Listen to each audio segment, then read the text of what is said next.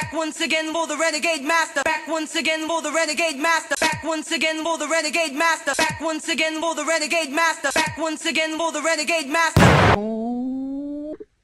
Hello my renegades and welcome back. And what are we getting back into? We are getting into Agatha All Along. We are now on episode 3 and it's called Through Many Miles of Tricks and Trials. So we know they've managed to get down to the beginning of the Witch's Road. So we're going to see what awaits them on their journey. But before we get into this video, as I always ask, please hit that subscribe button, please hit that notification button so you know I'm doing videos. Please comment, like, share and do all good things that you do, because I am on that road to 1k.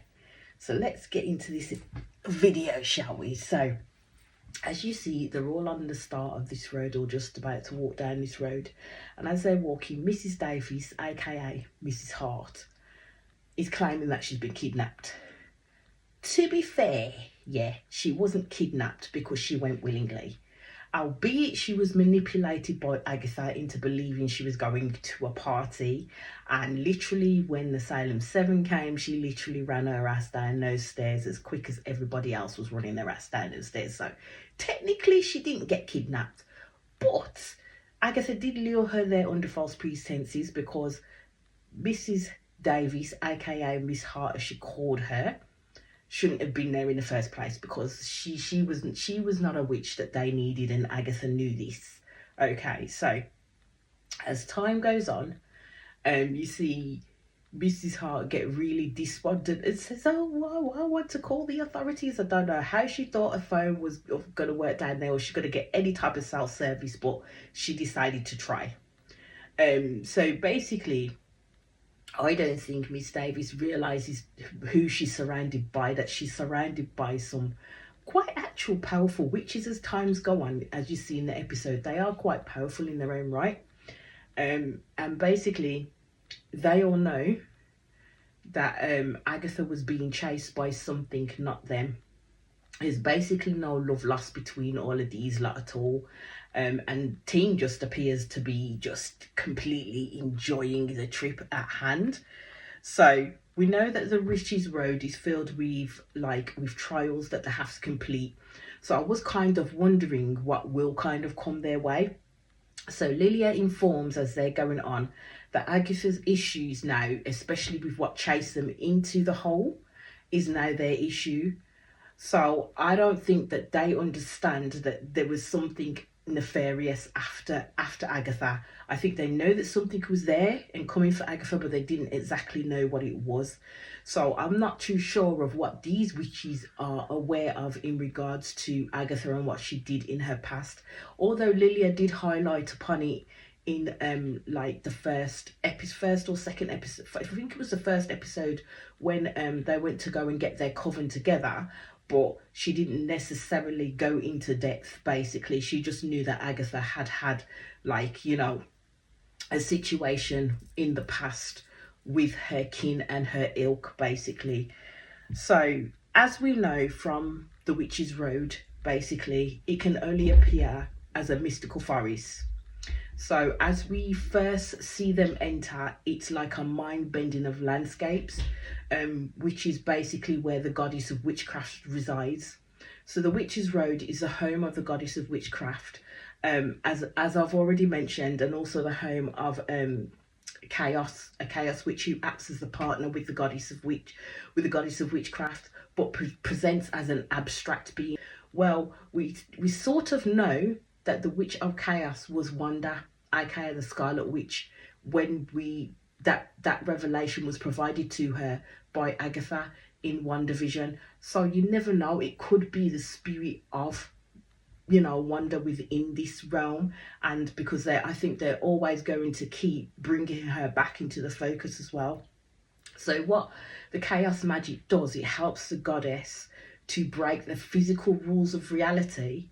So then I think this feeds into the trials that the witches have to take in order to advance to their chosen goal, which is basically get what it is that they're looking for out of the whole scenario, and get what it is that they're most wishing for. So Jennifer does call out the fact that Mrs. Hart has no business being on the road, which is correct, to be fair, because she doesn't have any magical qualities that we know of. But Agatha picked her for her own reasons. Agatha knew who she was supposed to have picked, but she didn't.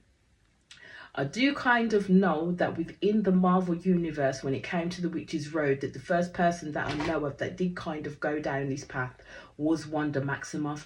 In order, after she'd done her stint in the Avengers, she wanted to renew herself basically. But when she went down the Witch's Road, she actually took Agatha, because Agatha Harkness was dead at that point, and she took her in spirit. So she followed her down that path with her in spirit, basically. The only way I would say that Agatha remembered who she was is by Teen breaking Wanda's spell. So if Agatha recovers her powers, I'm kind of thinking, will that then bring back Wanda? Would that then bring back the Scarlet Witch? Because when the Scarlet Witch travelled down the Witch's Road with Agatha in spirit, she actually brought Agatha Harkness back. So would that be the same in reverse? We'll go back to the episode. So they're all having a discussion. And Lilia says that basically, to tame your fears, we are up against our worst nightmares. And Jen says in what form, and Alice then discusses the trials that they'll have to go through. So they're coming up to their first trial.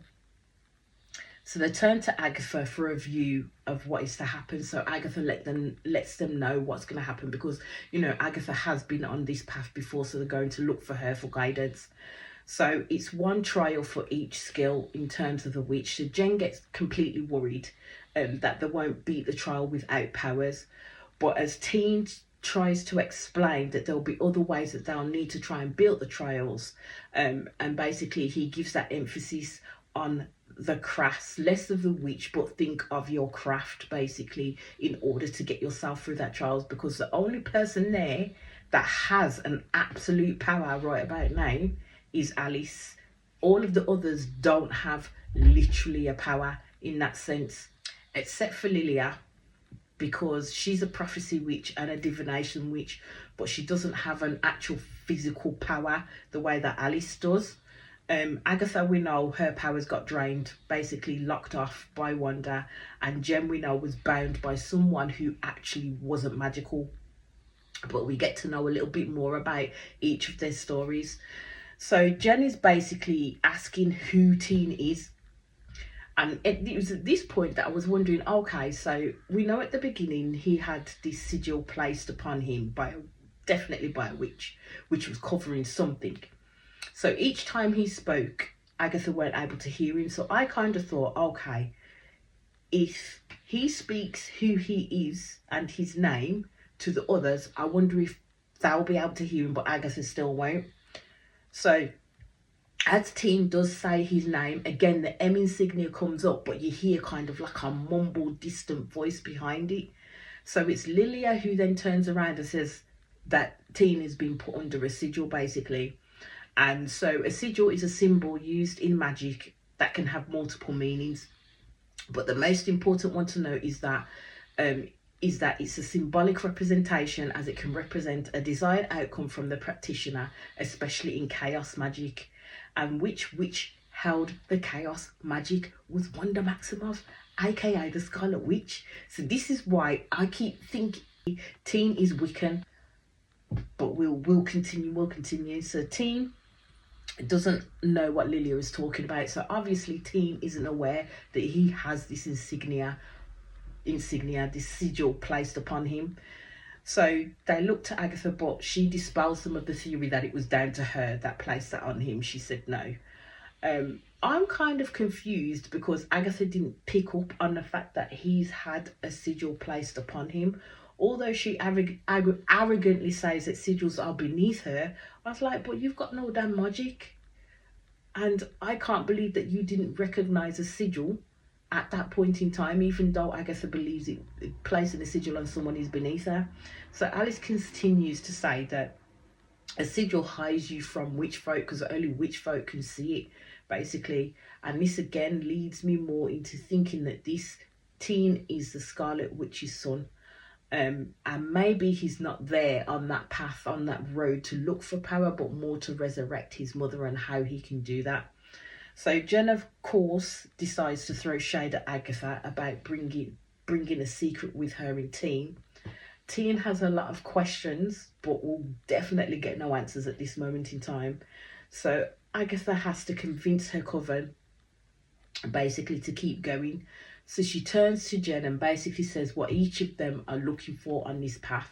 Jen is looking to unbind. Lilia's wanting to reverse her fortune. Alice wants to find out what happened to her mum, Lorna Wu. And Mrs. Hart disappeared, basically, as she turned to Mrs. Hart. And I thought, well, that kind of figures that as soon as you get to her, it will disappear, because at the end of the day, Agatha knows that she won't be able to say what she needed to say about this woman, because she knows that this woman is not a witch, basically. So Mrs. Hart, aka Mrs. Davis, was strategically placed within that group because Agatha didn't want to go to the actual person who she should have went to as the Green Witch. Mrs. Hart, you see, has wandered off by herself, and I don't think she understands that she's literally in this magical land. And I'm like, okay, there's always one. So she's sitting there complaining, and she ends up putting her purse down by the just off the path on the, I think it's a route that she's sitting on. So then what ends up happening is you see her bag start to sink. So as she's trying to grab it, she then starts to sink. Alice manages to get to her, and Agatha literally sets the rule, which is only one rule, is you don't step off the road at all. So then basically Jen turns around and she sees a beach. So it's full of sand, but there's a home on it as well, like you would get your absolute like proper beach home that's kitted out and everything. So I was like, okay, so here they go. The first trial that they're going to get to. I think Agatha is more curious about Teen now, and is probably thinking it was definitely now a good idea for her to bring him along now that she knows about this sigil and he's being covered up for a reason. So they again look to Agatha as what to do next.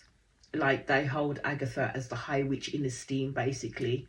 So they have no choice but to follow her lead because they believe that she knows more about how this goes than everybody else. So Mrs. Hart decides she's going to ring the doorbell. Agatha just opens the door and walks in. It is set out lovely. Then they change into these clothes befitting the surrounding and the beach house era that they're in. So they totally did Jen wrong, man. They did her wrong. They fitted her with this weave that was kind of lopsided on her head instead of the gorgeous shaved head that she has. So they realise then, while they're in this place, that they're sealed inside now. Like, that's it. They've gone through the front door. It's shut. None of the windows or nothing open. So you hear Mrs. Hart literally shout, "Oh my God," from the next room. Everyone's like, what the fuck was happening? She just basically said that, you know what, the kitchen's to die for. So it was a false alarm. So Teen ends up picking this card from the mantle. So we're at the first trial and the card says, "My age has value. I'm no fun alone. I mess with your mind. My tricks are well known." So they're all standing there like thinking, what is it? Mrs. Hart turns around and shouts, "Wine," and Alice goes, "Yeah, that's the answer." And there is actually wine on the side with the glasses of how many people that are there. Now, me, myself, I want to touch a damn thing in that house. So I'm surprised, yeah, that no one is a little bit more wary in this realm. But they have to do what's been asked of them to do. But as Mrs. Hart does pick up the glass to have a glass of wine, Alice does end up sending a warning, but Agatha has a point where I've already just said they have to drink it, otherwise they can't move forward to the next trial. So I'm like, okay, will they do as the card said? Because basically it said it will play with your mind, and they're locked in a house right now that they cannot get out of. So Jen tells Teen basically to so what happens is as they're going along, everybody has this glass of wine. Mrs. Hart just downs it, like she literally downs 2 glasses of it. Jen ends up telling Teen to basically give him a little forewarning to watch his back with Agatha. Teen doesn't want to heed that warning because he thinks that Agatha's been misunderstood by everybody else. So Jen informs him that Agatha traded her child Nick for the Book of the Damned. Me, myself, and the research that I've been doing, it didn't necessarily seem that that was true. And Agatha wanted the dark hole, in essence, to be able to get her son back. So we see that Nicholas Scratch, which is Agatha's son, has been teased through the episodes, right? And he came to the Marvel Comics in about 1977 with in the Fantastic Four era, which is a number 185 to be exact. And he lived in New Salem, Colorado, and managed to turn the town against his own mother, Agatha. So this, I'm thinking this is how he may link through the show. Although teased, he fathered 7 children who actually became the Salem 7. So although we have seen the Salem 7, I thought it was my belief it was the 7 witches that Agatha killed, which included her mum. But I don't know now if that's true, given that Nicholas Scratch, which is Agatha's son, actually fathered the Salem 7. Bearing in mind he turned a whole town against his mother, he may well have turned his children against his mother too. So I don't know. He may make an appearance. We don't know. So when we go back to the show, Teen tells Jen, and Jen kind of, in a blasé way, says, yeah, you're probably right. I'm just like, I think there's something now in regards to these witches in how they regard Teen now that they know about this sigil that's been placed upon him. I think they're kind of playing games in which to try and take him away from Agatha. But Teen is going to be pivotal in some sort of way. I don't know what way right now, but he will be. So Jen continues to mess with Teen's thoughts on what others have said about Agatha's son. She talks about the agent of Mephisto. So this, an agent of Mephisto is basically a possible personal entity that agents are often coerced into servitude using bargains that allows them to have supernatural powers in exchange for their allegiance. But Mephisto himself is a demon who rules a dimension which is something described as hell in the Marvel comics, basically. So this is where I get to thinking, I'm wondering why she wishes to cast doubt upon Teen in regards to his budding relationship with Agatha. I kind of have 2 theories, and it's possible that he's attached to one that could be Agatha's son. But right now I'm like, who knows? This is just all like, you know, thinking as assumptions and stuff like that at this moment in time. So they end up going back to the group, and as I said, Mrs. Hart is downing these wine like it's water. But I was kind of thinking, because she's not necessarily a witch, will it do any harm? So as everybody's had a drink, except for Agatha, I will say, except for Agatha, because she literally pours, as they're talking, her drink into the plant. Yeah. So as they finish their drink, a timer starts. So they go to the sofa, and Agatha looks on ominously as everybody else is drinking. And as I said, she poured hers into the plant. But then as she puts the empty glass back on the side, Agatha's glass fills back up, basically.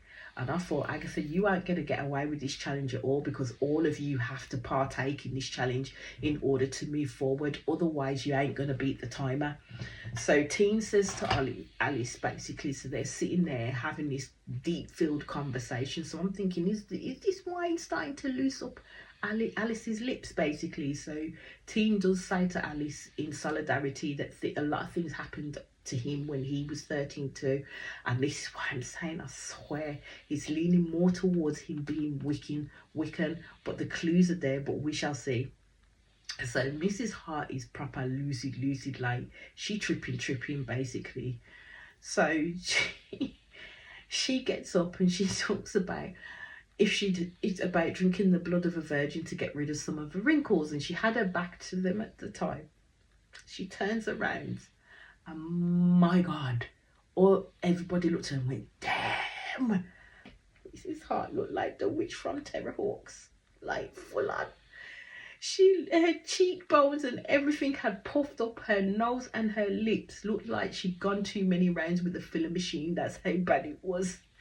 So all of them are looking at her like, what the fuck happened to your face, my love? And this and this answered my question in that, you know what, it affected Mrs. Hart the same way it affected everybody else, because then Jen jumps up and says, oh my God, we've been poisoned. So then as they go into the mirror, because in the beginning, it doesn't look like they've been impacted upon at all. But as Jen, Alice, and Lilia look in the mirror, you can see that they actually look like they've gone 10 rounds with the surgeon basically on their faces. But the only person who is normal is Agatha and Teen.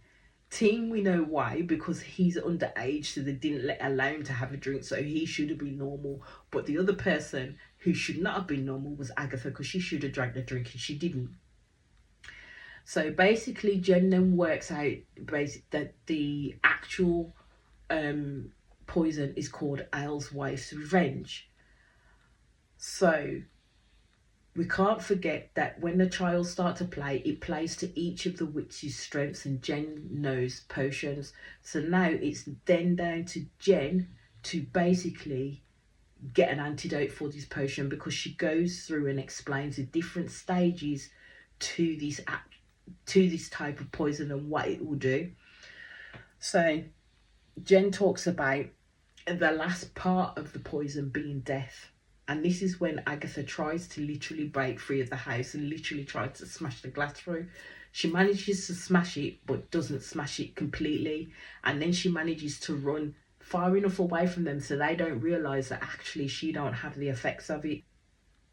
I think it comes to the point where they realise that Agatha's not had the drink. So what happens becomes a tussle where Teen turns around and tells her to drink it, and she wouldn't, and she drops the glass on the floor so it breaks. So then they look around, Alice manages to pick up an empty glass and it starts to fill up again. So it's as Teen goes to say, well, I'll drink it, Agatha goes, no, and blocks him basically. So I'm thinking, okay, so Agatha literally does have an attachment to this boy.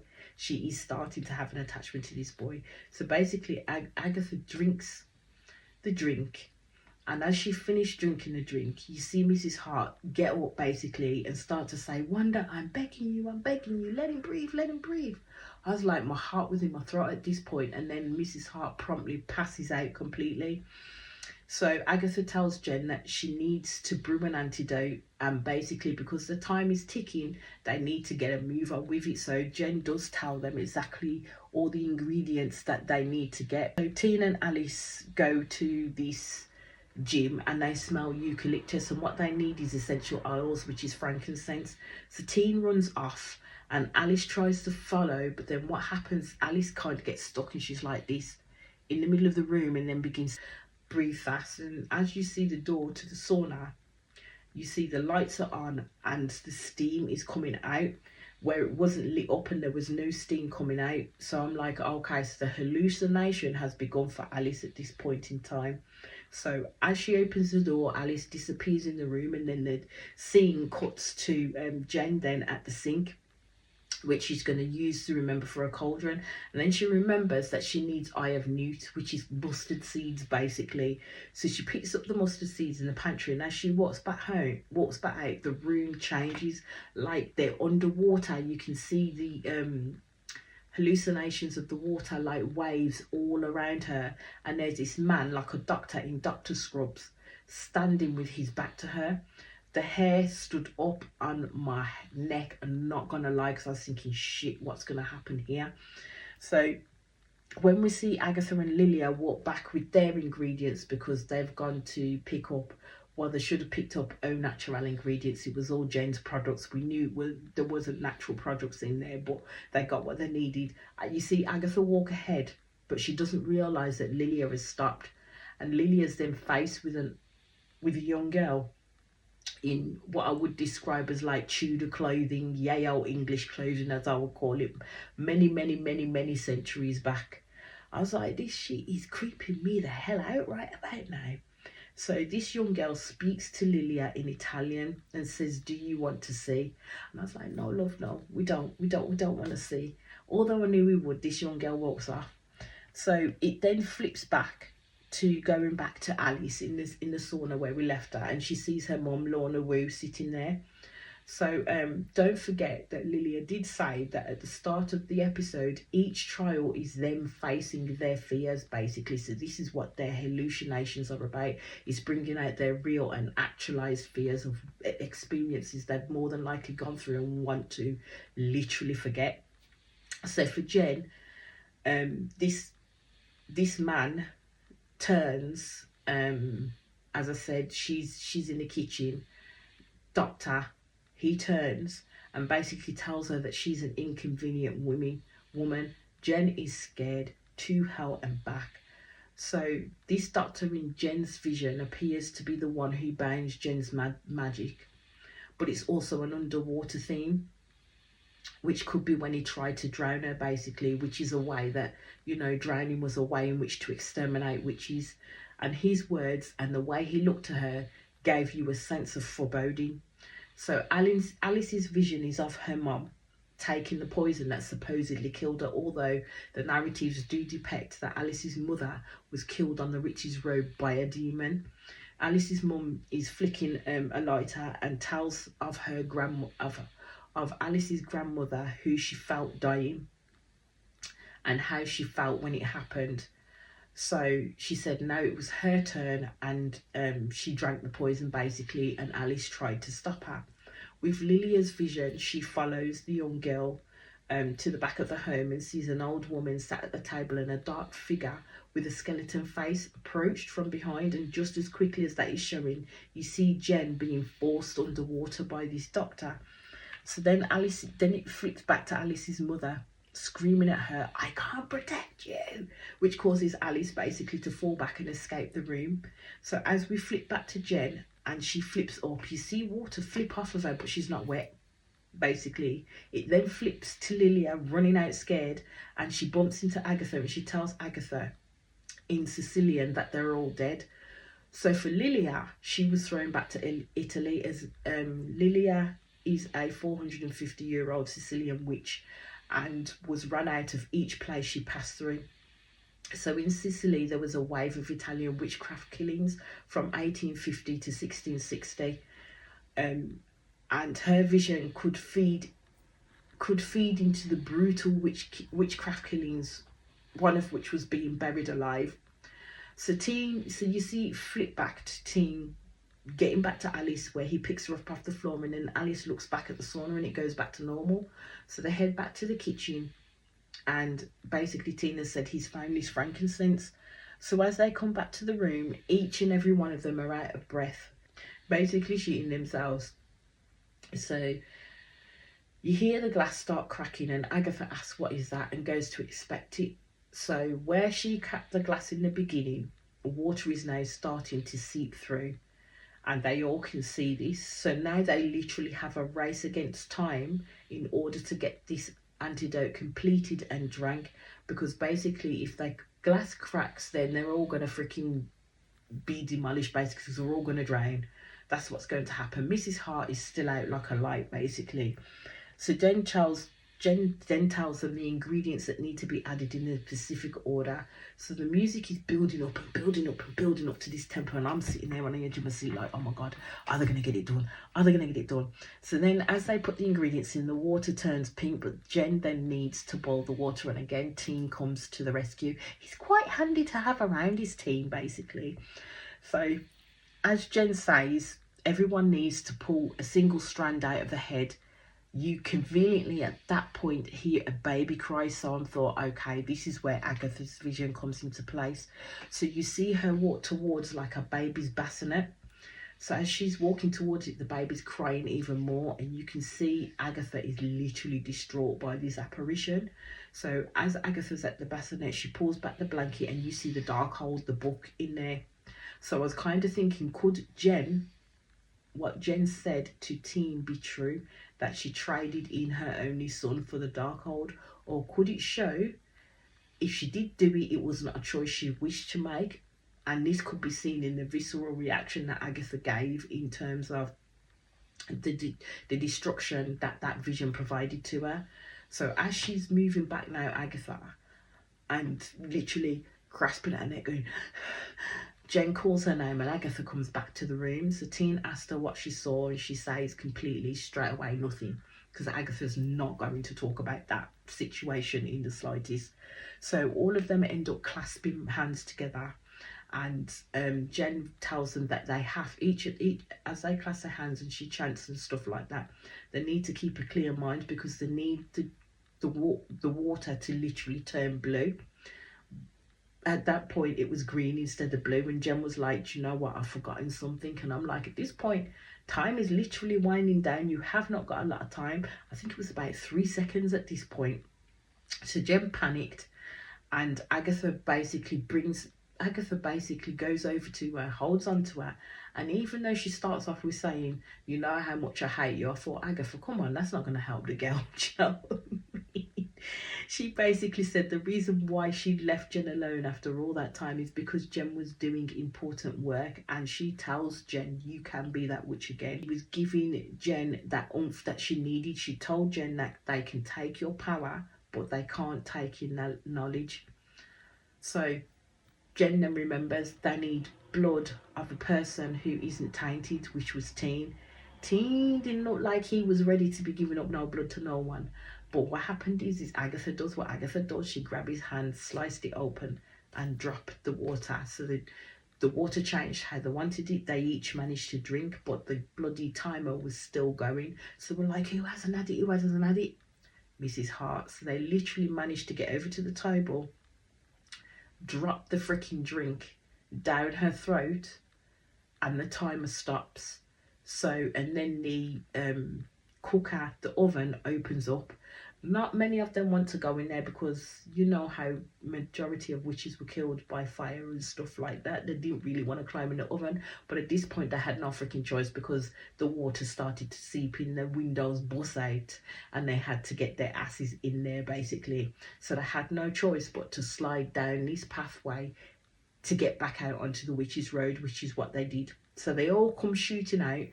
The clothes that they did kind of materialized on them when they were in the home changed back to the clothes that they started off on the witches' road to begin with.